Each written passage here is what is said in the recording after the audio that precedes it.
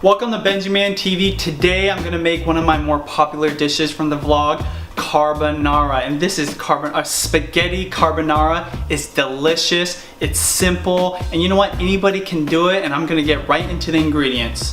Alright, first off, I've got spaghetti, okay? I'm just using store-bought Barilla. If you want to use organic, you want to use the fancy stuff from the farmer's market, be my guest. I'm just using this regular spaghetti. Also using egg. I'll be using 2 egg yolks as well as 1 full egg with the white.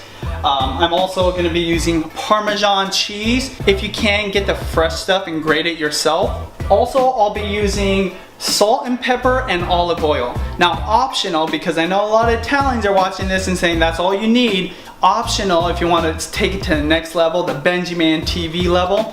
I've also got sliced up garlic and heavy whipping cream.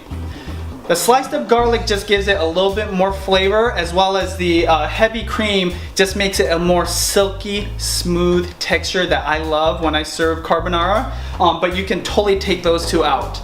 Last but not least, I also have pancetta. Now, the pancetta you can substitute with bacon if you don't have pancetta available. Just make sure you go ahead and slice that up nice and thin. Alright, the tools that I'll be using is obviously something to boil the pasta in. Make sure you fill that with plenty of water and get that to a rolling boil before you even start cooking. I'm also using a 12-inch frying pan. This is a saute pan, but you can use a regular frying pan.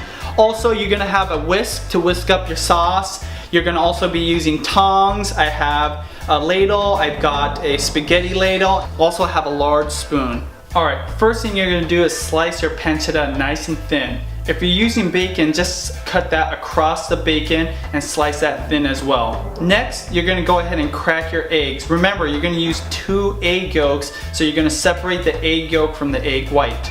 Do this by tossing the egg yolk back and forth between the 2 shells. Next, you're gonna go ahead and shred some cheese. At this point, you're gonna go ahead and take your eggs, Parmesan cheese, black pepper. If you're using heavy whipping cream, go ahead and whisk that together in a bowl. First of all, make sure you have your water boiling, okay? Because you're gonna get your pasta cooking as soon as possible. Also, get your 12-inch pan heated. Now, I like to cook it on the low heat because when I make pancetta cooks fairly easily, and you wanna make sure it's on a low heat, but make sure your pan is nice and warmed up, okay? First off, you're gonna put some olive oil into your pan. Next, you'll put that pancetta. Let the pancetta go ahead and cook for about 5 to 10 minutes depending on how it cooks and if you're using bacon. Once it gets crispy but not burnt, go ahead and turn the heat off and put that to the side. At this point, you're ready to put your pasta in. Make sure the heat under the pot is at the highest you can get it, and make sure it's at a rolling boil and put your pasta in. Follow the directions of your pasta. What you're gonna wanna do is make sure about 2 or 3 minutes before your pasta is done, you're gonna turn the heat back on your 12-inch frying pan, and what you're gonna do at this point is go ahead and throw that garlic in there. Let that sizzle a little bit, but not to the point where it's too brown.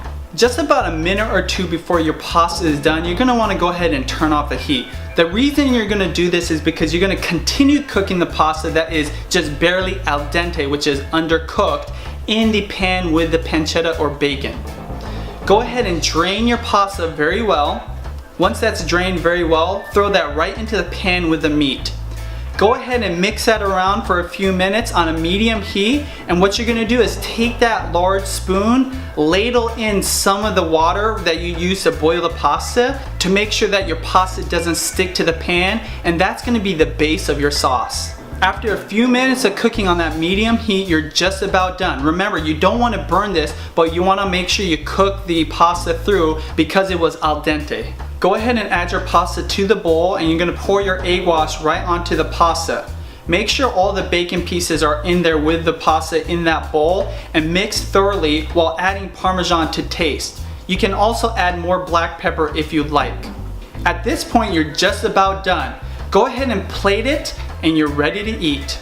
A few notes. I didn't use salt in the boiling water because the pancetta is so salty, and same goes for bacon, that you really don't need a lot of salt in this dish. Also, if you're worried about the raw eggs, the pasta and the bacon is so hot from the oil that when you put that egg into the pasta, it's gonna cook it slightly, and I wouldn't worry about it. The final touch to this carbonara, I like to pour a little bit more olive oil to give it some elegance, and ready to eat.